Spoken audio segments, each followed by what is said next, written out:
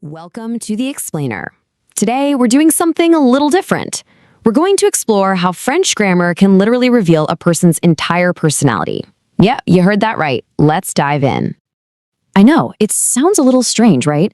But think about it. What if the way you build your sentences could actually show the world who you are at your core? Well, that's exactly what we're going to explore today through the lives of two totally different people, Sophie and Luc. All right, let's start things off. Our story begins with Sophie. Now, Sophie is someone who lives her life with a ton of structure, a lot of positivity, and as you're about to see, the way she speaks, her grammar, reflects this perfectly. So get this, Sophie lives her entire life in what the French call the present de l'indicatif. That's the present indicative tense.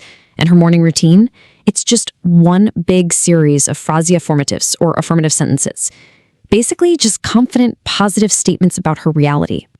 Okay, so what exactly is le présent de l'indicatif? Well, it's all about what's happening right now. It's for facts, for habits, for general truths. It's super direct, very certain. And Sophie doubles down on this with those phrases affirmatives. These are statements that just declare something to be true. Her entire life is just a collection of I do, I am, this is. No ambiguity. So first thing in the morning, she would s'habiller. She gets dressed. Then she would se maquiller, put on makeup. And then se parfumer, to put on perfume. This whole thing, it's all part of her morning ritual of se préparer, which just means to prepare oneself. Now, what's really cool here is that all of these verbs, they're what we call verb pronominaux or pronominal verbs. And they're super easy to spot, right? You just look for that little say in front of the verb. They're all about actions you do to yourself. And let me tell you, they are the absolute backbone of describing any daily routine in French. You just can't get by without them. But, even for someone as structured as Sophie, life isn't always a simple affirmative statement. Sometimes you've got choices to make. And in French, making a choice often starts with asking a question. So Sophie asks herself, Est-ce que I really want to conduire, to drive, in this traffic? Now, pay attention to that est-ce que.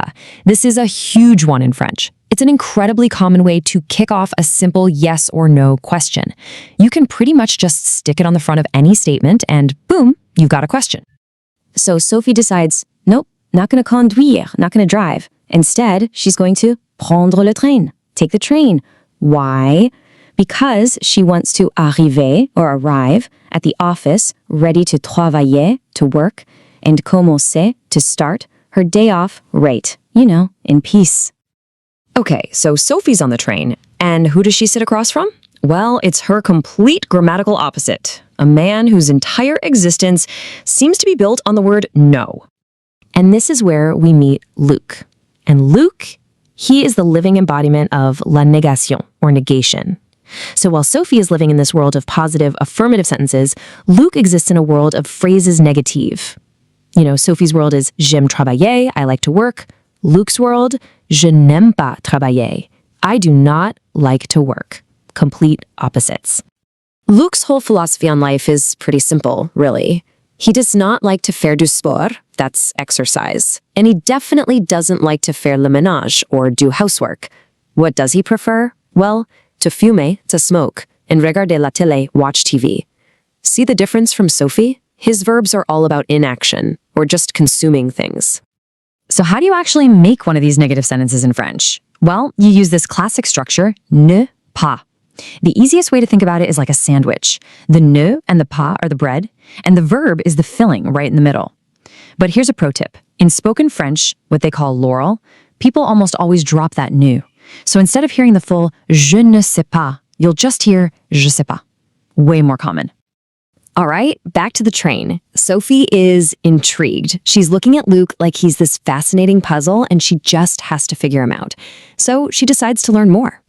And to do that, to get more information, she can't just use the simple yes-no questions anymore. She needs to pull out the bigger question words, the interrogatives. So she'll use things like où for where, avec qui for with whom, and quand for when.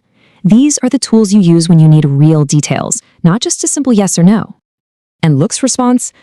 It tells you everything you need to know about his passive existence. He says he doesn't cuisiner, he doesn't cook. He just manger. He eats whatever leftovers he can find. Now that difference might seem subtle, but trust me, it is incredibly important. Okay, let's really break this down because this is key. Cuisiner is the action, the process of preparing food. Manger, on the other hand, is just the end result, the act of eating. See what's happening? Luc completely skips the active part, the cuisiner part.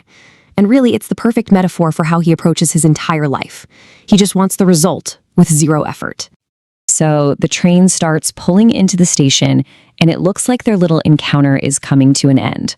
But Sophie, who's always a teacher at heart, she can't resist. She offers Luc one final piece of advice, which is also, of course, a grammar lesson. She tells him, you really need to learn some other types de phrase, other types of sentences. And what's so brilliant about this is she's not just talking about grammar here, is she? She's talking about his whole perspective on life. She's literally suggesting he change the fundamental structure of his thoughts. And as Luc thinks about what she said, his final thought brings in another one of those pronominal verbs we talked about, se coucher, which means to go to bed. And look at that, we've come full circle. The story kicked off with Sophie's verbs for getting up, and it's ending with Luc's verb for going to bed. It just goes to show you, these verbs literally frame our entire day-to-day existence. And for the first time, Luc actually looks thoughtful.